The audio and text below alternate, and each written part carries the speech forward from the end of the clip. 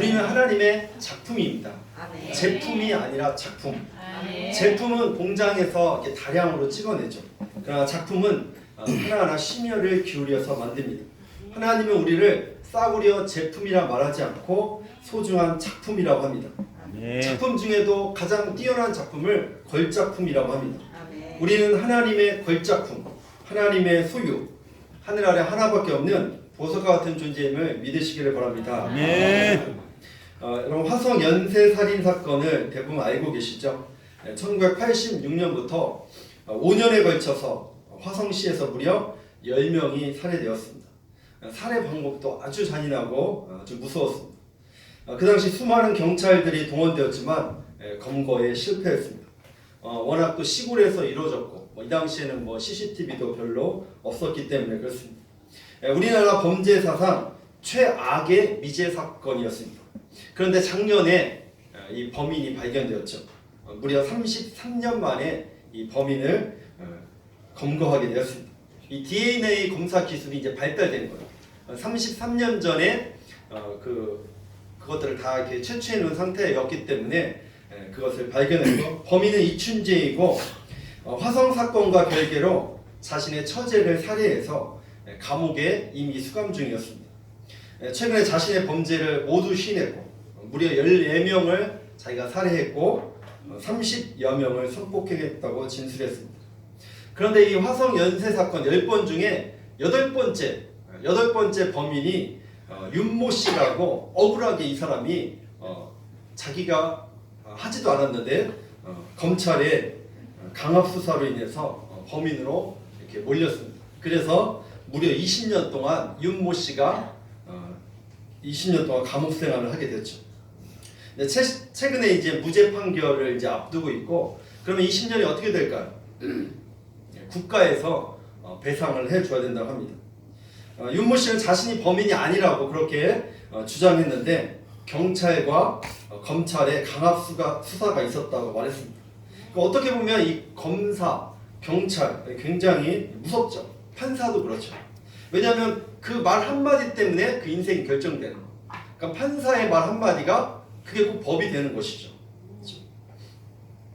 하나님은 우리의 재판장이십니다. 우리에게 어떤 판결을 내리셨습니까?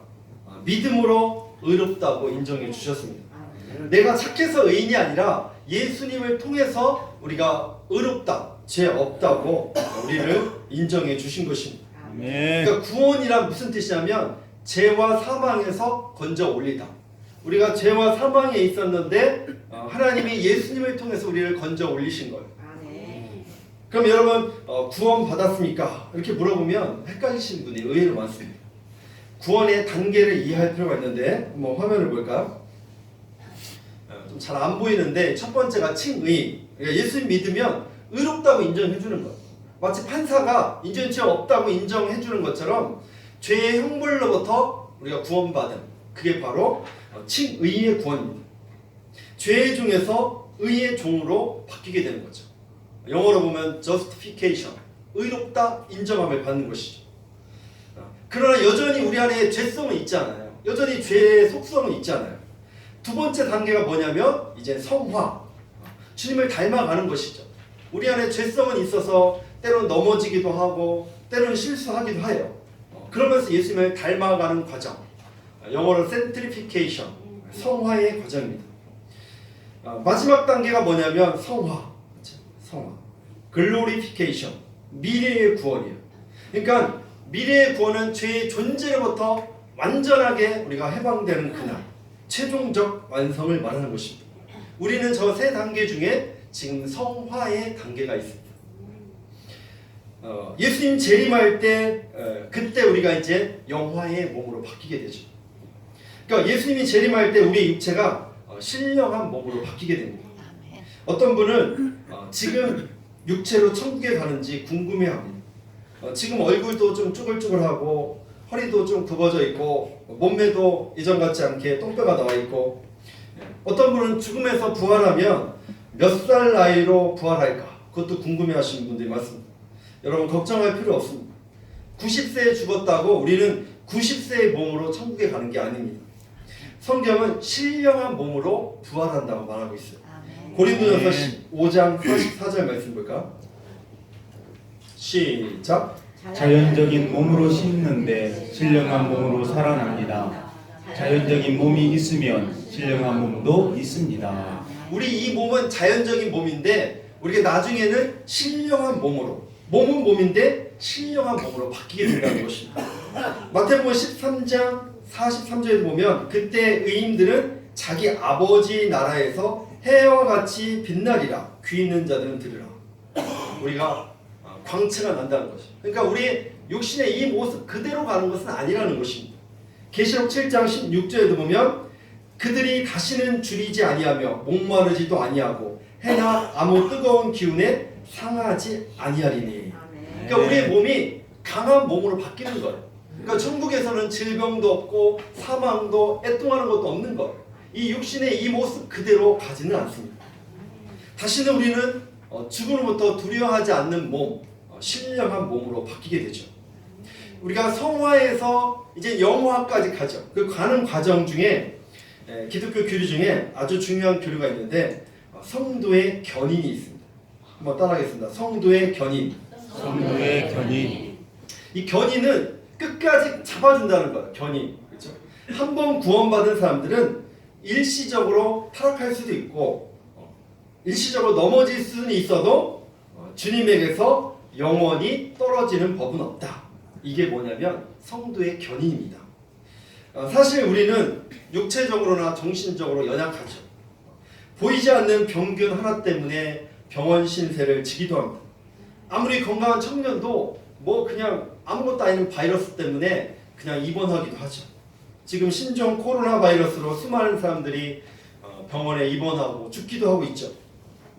사실 아무것도 아니잖아요. 우리 육체는 그만큼 연약한 존재. 아무것도 아닌데 조그마한 걱정 때문에 어떤 때는 잠을 못 이루시는 분도 있어요. 또 불면증에 걸리기도 하죠. 그러니까 우리는 구원은 받았지만 주님 나라 가기 그날까지 여러 가지 병도 될 수 있고 신음할 수도 있습니다. 그러나 우리가 주님 가는 그날까지, 주님 앞에 가는 그날까지 성령 하나님이 도와주심을 믿으시기를 바랍니다. 로마서 8장 26절 시작. 이와 같이 성령도 우리의 연약함을 도우시나니 우리는 마땅히 기도할 바를 알지 못하나 오직 성령이 말할 수 없는 탄식으로 우리를 위하여 친히 간구하시느니라. 친의, 성화에서 이제 영화까지 가야 되는데 그 가는 과정이 녹록치 않다는 거예요. 그렇죠? 그 길이 순례의 길이에요. 그런데 성령님이 도와주신다. 내가 가장 힘들 때 여러분 가장 많이 도와주심을 믿으시기를 바랍니다. 네. 그러면서 사도 바울은 넉넉히 승리하는 방법에 대해서 오늘 간증하고 있는데 네 가지 질문을 통해서 한번 답을 보겠습니다. 첫 번째, 누가 우리를 대적하리요? 시작. 누가 우리를 대적하리요? 로마서 8장 31절. 그런즉 이 일에 대하여 우리가 무슨 말하리요? 만일 하나님이 우리를 위하시면 누가 우리를 대적하리요? 하나님이 내 편이 되어주시면 대적자가 있어도 끝도 없다는 것입니다. 히브리서 13장 6절 시작. 그러므로 우리가 담대히 말하되 주는 나를 돕는 이시니 내가 무서워하지 아니하겠노라. 사람이 내게 어찌하리요 하노라. 하나님이 도와주시면 무서울 게 없다는 것이죠. 우리 대적자도 끝도 없다는 뜻입니다. 여러분 모세의 뒤를 이어 누가 지도자가 되죠? 여호수아. 그렇죠. 여호수아가 이제 가나안 땅에 들어가야 되는데 첫 번째 만나는 그 성의 이름이 뭐죠? 여리고성. 그 여리고성은 견고한 성이고 난공불락의 성. 쉽게 그 성을 정복할 수 없었습니다. 그런데 그날 저녁 여호수아가 누구를 만나냐면 여호수아 5장 13절 시작. 여호수아가 여리고에 가까웠을 때 눈을 들어본즉 한 사람이 칼을 빼어 손에 들고 마주 섰는지라. 여호수아가 나아가서 그에게 묻되 너는 우리를 위하느냐 우리의 대적을 위하느냐. 지금 여리고를 점령해야 되는데 한 사람이 칼을 들고 섰는 거예요. 너는 누구 편이냐? 이렇게 물어보는 것이죠. 여호수아 5장 14절 그가 이르되 아니라 나는 여호와의 군대의 대장으로 지금 왔느니라. 아멘. 여호수아가 얼굴을 땅에 대고 엎드려 절하고 그에게 이르되 내 주여 종에게 무슨 말씀을 하려 하시나이까. 여호와의 군대 대장으로 왔다. 그러니까 게임은 끝난 거죠. 하나님이 내 편이 되어주시기 때문에 난공불락 여리고성 문제없다. 아멘. 여러분 찬양 중에 세상의 유혹 시험 3절 가사에 보면 우리 학생부가 이 찬양을 많이 부르던데 주위를 둘러보면 아무도 없는 듯 믿음의 눈을 들면 보이는 분 계시네. 지금도 내 안에서 역사하고 계시는 사망과 어둠의 권세에 물리치신 예수님. 주를 찬양 손을 들고 찬양 전쟁은 나에게 속한 것이 아니니. 주를 찬양 손을 들고 찬양 전쟁은 하나님께 속한 것이니. 아멘. 하나님이 내 편이 되어주시면 끄떡 없다는 것입니다. 아멘. 여러분 하나님이 얼마나 우리의 편이 되어주시냐면 오늘 본문 32절 말씀 볼까요? 32절 시작. 자기 아들을 아끼지 아니하시고 우리 모든 사람을 위하여 내주시니가 어찌 그 아들과 함께 모든 것을 우리에게 주시지 아니하겠느냐. 쉽게 생각하면 하나님이 우리에게 독생자를 주신 거예요. 여러분 더 쉽게 생각하면 여러분 나에게 자식이 한 명 있어요. 근데 그 아들을 누구를 위해서 죽이도록 여러분 내어준다고 상상해 보십시오. 그거 쉽지 않죠.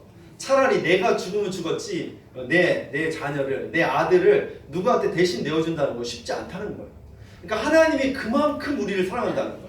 아멘. 하나밖에 없는 아들을 내가 주겠다는 거예요. 아멘. 이게 하나님의 사랑이다. 아멘.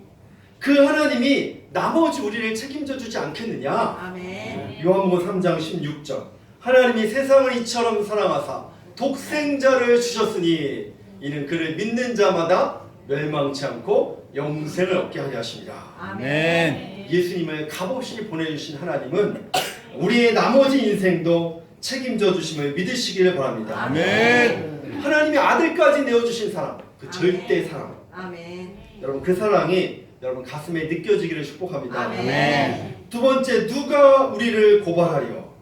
시작. 누가 우리를 고발하리요. 33절 같이 한번 읽겠습니다. 시작. 누가 능히 하나님께서 택하신 자들을 고발하리요. 의롭다 하신 이는 하나님이시니. 네, 오늘 주일날 목사님이 설교를 막 열심히 막 하고 있었대요. 그런데 한 청년이 이렇게 막 졸고 있는 거예요.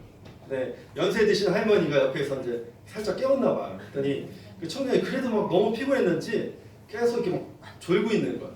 목사님이 그 청년한테 뭐라고 얘기해야 되는데 할머니한테 순간적으로 뭐라고 한 거야. 왜 깨우지 않고 그러냐고.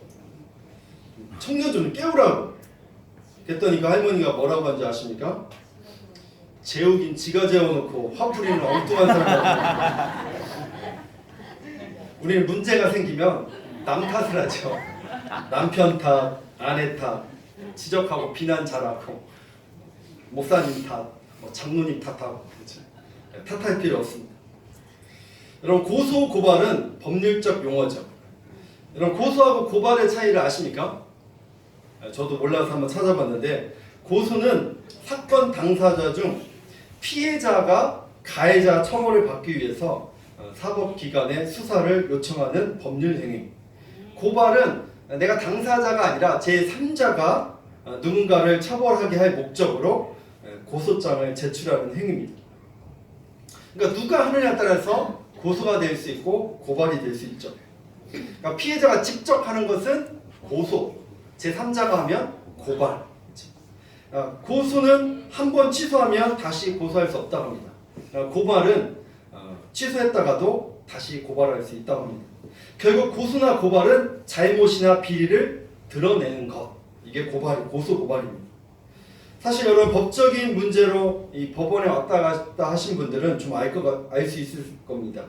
이 고소 고발은 아무것도 아닌 것 같아도 스트레스를 엄청 많이 받습니다. 왜냐면 뭐 왔다 갔다 해야 되죠. 돈 들어가야 되죠. 시간 필요하죠. 또 필요하면 변호사를 또 선임해야 되죠. 신경전이 오고 가죠. 이겨봐야 또 뭐 별것도 없어요. 그렇죠? 엄청난 에너지가 낭비됩니다. 여러분 고소 고발의 전문가가 누굴까요? 마귀입니다. 마귀. 계시록 12장 10절 말씀 볼까요?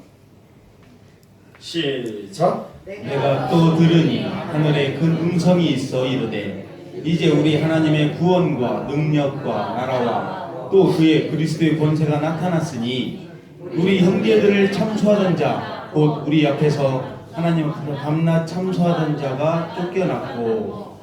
이 참소하다 세번역 성경을 보면 헐뜯는 자, 이 마귀를 자꾸 이렇게 꼬집어내 헐뜯고 우리의 약점을 건드리는 사람, 건드리는 그 짓을 마귀가 하는 거야. 그러니까 마귀는 검사와 같다 이렇게 이해하면 좋을 것 같아요.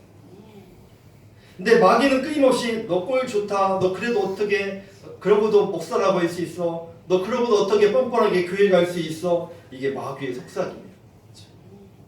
여러분 우리의 구원은 하나님만큼 완벽함을 믿으시기를 바랍니다. 왜냐하면 판사가 하나님이 재판관이에요. 하나님이 우리를 의롭다고 했기 때문에 마귀가 우리를 고소해도 우리는 끄떡없습니다. 로마서 4장 25절 예수는 우리의 범죄한 것 때문에 내어줌이 되고 또한 우리를 의롭다 하시기 위하여 살아나셨느라. 예수님이 십자가에 죽으셨을 뿐 아니라 우리를 의롭게 하기 위해서 부활하셨습니다. 여러분 사실 죄는 아무것도 아닌 것 같지만 죄는 능력이 있어요. 우리를 굉장히 힘들게 만들어요. 그래서 어느 때는 잠도 못 자게 하고 우울증에 시달리기도 하고. 그렇죠? 그러나 예수님이 우리의 모든 죄값을, 우리의 모든 죄의 짐을 다 짊어지셨음을 여러분 믿으시기를 바랍니다. 아멘. 세 번째, 누가 우리를 정죄하리요? 시작. 누가 우리를 정죄하리요? 34절 말씀. 누가 정죄하리요? 죽으실 뿐 아니라 다시 살아나신 이는 그리스도 예수시니 그는 하나님 우편에 계신 자요 우리를 위하여 간구하시는 자시니라. 아멘. 정죄할 수 없다는 것이죠. 아멘. 고발은 죄를 묻는다 이런 의미가 있다면 정죄는 재판관이 피고인에게 선고를 내리듯 죄를 판결한다는 뜻이 있습니다. 1절 말씀도 우리가 이미 보았죠. 로마서 8장 1절. 그러므로 이제 그리스도 예수 안에 있는 자에게는 결코 정죄함이 없느니라. 아멘. 우리는 죄인이라고 낙인 찍히지 않는다는 것이죠. 아멘. 여러분 살다 보면 실수할 수 있습니다. 그렇죠? 믿음의 사람도 살다 보면 덕스럽지 못할 때가 있고 살다 보면 막 이렇게 뚜껑 열릴 때도 있고 그렇죠? 우리가 잘못하면 정죄받지는 않아요. 하나님이 믿음의 사람들을 사랑해서 징계는 해도 우리를 정죄하지는 않는다는 것입니다. 그러니까 우리 사단이 어떻게 침투해 오는지를 우리가 잘 알아야 되는데 첫 번째 신체의 약함을 통해서 그러니까 우리가 질병을 걸리면 조심해야 돼요. 질병을 통해서도 모든 질병이 다 마귀가 주는 것은 아니라도 이렇게 약하면 사단이 틈탈 확률이 높습니다. 그래서 우리가 운동도 열심히 하고 영양도 잘 섭취하고 그게 중요해요. 두 번째 욕구를 자극함으로 사단이 침투할 수 있습니다. 사람들에게 본능이 있죠. 식욕, 성욕, 수면욕, 미적 탐구의 마음이 있습니다. 이것들을 너무 지나치게 추구하면 악한 것이 틈탈 수 있습니다. 세 번째, 물체를 통한 공격. 동남아시아에 가면 이상한 우상 숭배했던 그런 물건들이 있습니다. 여러분 그런 것들을 집에 갖다 놓으면 이 잠자리가 별로 안 좋습니다. 믿음이 강한 사람은 뭐 그런 거 있어도 끄떡없는데 믿음이 약한 분들은 이런 물건들도 귀신들 숭배했던 물건들을 갖다 놓는 것은 좋지 않습니다. 세 번째, 사탄은 어떻게 공격하냐면 우리의 마음을 공격해요. 우리의 마음. 그래서 이게 사단이 주는 마음인지 하나님이 주신 마음인지 여러분 구별할 줄 알아야 돼요. 네 번째, 신비 종교와 연관이 있습니다. 신비 종교. 그러니까 여러분 가끔 점치러 가본다고 예수 믿는 사람은 점이 안 나온다고 하는데 나도 한번 테스트 해봐야 된다고 이런 데 가면 안 됩니다. 이런 데를 통해서도 사단이 우리에게 틈탈 수 있습니다. 그리고 개인적인 죄에 근거한 공격, 우리의 죄, 누굴 미워하고 교만하고 자기중심적 이런 것들을 통해서도 사단이 침투할 수 있습니다. 마지막으로 조상의 죄에 근거한 공격도 있습니다. 출애굽기 20장 5절 말씀. 출애굽기 20장 5절에 보면 그것들에게 절하지 말며 그것들을 섬기지 말라. 내 하나님 여호와는 질투하는 하나님인즉 나를 미워하는 자의 죄를 갚되 아버지로부터 아들에게로 3, 4대까지 이르게 하거니와. 죄는 아버지가 지었지만 그 죄의 심판은 어디요? 후손까지 내려온다. 그러니까 우리는 저주를 물려주는 자가 되면 안 돼요. 아멘. 후손에게는 은혜를 우리가 베푸는 자가 되어야 되죠. 아멘. 우리 조상들이 우상을 숭배했다면 내가 끊으면 돼요. 내 때에서 예수의 십자가의 능력으로 끊으면 돼요. 그러면 그 저주가 내려가지 않는 거예요. 아멘. 마지막 네 번째, 누가 그리스도의 사랑에서 끊으리요? 35절 말씀. 우리 보면 35절 한번 같이 읽겠습니다. 로마서 8장 35절 시작. 누가 우리를 그리스도의 사랑에서 끊으리요? 혼란이나 공부나 박해나 기근이나 적시나 위험이나 칼이냐. 사도 바울은 아주 강력하게 선포하고 있습니다. 누가 그리스도의 사랑에서 끊으리요? 끊을 수 있는 것은 아무것도 없다. 아멘. 아멘. 세상은 변합니다. 사람도 변해요. 그렇죠? 저 사람은 변하지 않겠지 했는데 나중에 배신하는 사람도 있어요. 그러나 하나님의 사랑은 변함이 없음을 믿으시기를 바랍니다. 아멘. 세상은 모든 것들이 다 불확실하죠. 어제의 적국이 오늘의 우방국이 되기도 하고 오늘의 우방이 내일의 적국이 되기도 하죠. 그러나 하나님의 사랑은 신실한 사랑, 아멘. 변치 않는 사랑입니다. 아멘. 하늘이 두 쪽 나도 지구가 박살이 나도 하나님의 사랑은 변함이 없습니다. 아멘. 사실 고난이 하나님과의 관계를 끊을 것으로 우리가 알죠. 여러분, 고난이 하나님의 사랑을 끊는 게 아니에요. 사실 잘 나갈 때 조심해야 돼요. 여러분, 중국이 공산화될 때 세계가 다 걱정했어요. 기독교는 이제 망했다. 그런데 중국의 문화혁명이 일어난 이후에 열어봤더니 중국이 10배 이상, 지하교회에서 10배 이상 부흥한 거예요. 그렇게 핍박하고 그렇게 믿는 사람을 잡아서 감옥에 넣는데 그러면 기독교가 없어질 줄 알았어요. 그런데 오히려 더 부흥했다는 것입니다. 아멘. 여러분, 고난이 그 사랑을 끊는 게 아니라는 것입니다. 아멘. 오늘 35절 한번 다시 한번 말씀 보겠습니다. 시작. 누가 우리를 그리스도의 사랑에서 끊으리요? 환난이나 군고나 박해나 기근이나 적신이나 위험이냐 칼이랴. 끊을 수 있는 가능성이 있는 것들을 나열하고 있죠. 환난 때문에 우리가 좀 이렇게 흔들리고 넘어질 수 있어도 끊을 수는 없다는 거예요. 아멘. 곤고, 이 정신적 고통이에요. 박해, 복음 때문에 받는 핍박, 그렇죠? 기근, 생명과 직결된 무서운 재앙, 적신, 벌거벗은 몸, 신앙 때문에 오는 헐벗는 고통, 위험, 공포나 협박, 칼의 위험, 목숨을 빼앗기는 순교, 이런 것들도 심지어 하나님의 사랑에서, 예수님의 사랑에서 끊을 수 없다. 아멘. 우리를 잠깐 흔들리게 할 수는 있어도 우리를 영원히 끊을 수는 없다는 것입니다. 아멘. 여러분, 하나님의 사랑보다 더 강한 건 없습니다. 아멘. 하나님의 사랑을 확신하십시오. 아멘. 천국을 확신하십시오. 아멘. 저희 집은 저 빼고 모두가 다 여자잖아요. 요즘 주말 드라마 사랑의 불시착으로 여자들이 행복한 시간을 보내고 있습니다. 설교 시간에는 저희 아이들 잠깐 졸아도 이 사랑의 불시착 화면 한번 볼까요? 이 드라마를 보고는 절대 졸지 않습니다. 주말 드라마고요. 혹시 안 보시는 여성분들은 제가 강력 추천합니다. 저 잘생긴 현빈이를 보고 대리 만족하고 있습니다. 한현빈. 이 드라마를 볼 때 떠들면 저도 혼납니다. 이때는 가정 모두가 다 조용하고요. 드라마 보고 감격하고 설레고 행복한 시간을 저희 여성들이 누리고 있습니다. 그러면 여러분, 하나님의 사랑은 얼마나 느끼고 계시나요? 하나님의 사랑. 여러분, 구약에서는 하나님과 우리와의 관계가 왕과 백성으로 이렇게 설명해요. 왕은 백성들을 돕기도 하지만 법으로 다스립니다. 법을 어기면 법대로 집행을 하죠. 공의로. 근데 신약에 와서 하나님과 우리와의 관계를 어떻게 표현하겠죠? 아들로 표현하고 있어요. 자녀와 아들. 우리를 양자 삼으셨다고 했죠. 양자. 그러니까 하나님은 우리와 굉장히 더 밀접한 관계예요. 저희 아이들 제가 용돈 주면 용돈이 다 떨어지면 어떻게 하냐면 이렇게 마트에 가면 과자 같은 건 자기들이 사 먹어야 되는데 돈이 떨어지면 저한테 아빠 1,000원만 우리 1인당 1,000원씩만 주라고 과자 사 먹겠다. 그러면 제가 또 안 줄 수가 없잖아요. 아빠는 안 줄 수가 없다고요. 안 주면 쪼잔하잖아. 근데 얘네들 머리가 얼마나 좋냐면 1,000원씩만 달래요. 그러다 이제 1,000원짜리 과자가 또 별로 없으면 1,500원이잖아요. 아빠 1,000원짜리가 없어 1,500원짜리 골랐다고. 그럼 그것도 사지 말라고 하면 아빠가 이 쪼잔한 아빠가 되잖아. 애들이 머리가 엄청 좋아.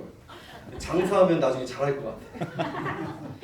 하나님 우리를 양자 삼으신 거예요. 양자.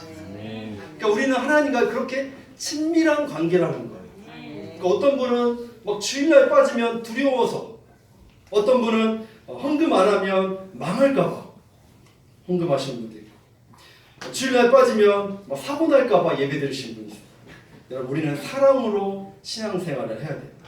하나님의 사랑에 감사해서 예배하고, 하나님의 그 사랑 때문에 내가 교회 봉사하고, 하나님의 은혜에 감사해서 헌금하고, 억지로 하면 신앙에 기쁨이 없는 거예요. 하나님과 우리와는 왕과 백성의 관계가 아니라 아빠와 아들의 관계. 아바 아버지잖아. 아바 아버지. 물론 우리가 못 살면 하나님이 사랑하기 때문에 징계를 내릴 수 있습니다. 그러나 하나님은 우리를 버리지 않으십니다. 하나님은 우리를 포기하지 않으십니다. 그 풍성한 하나님의 사랑을 사랑의 불시착을 보고 느끼는 것이 아니라 하나님의 사랑을 통해서 느끼시길 축복합니다. 여러분 하나님의 풍성한 사랑을 경험하면 이렇게 경험할 수 있습니다.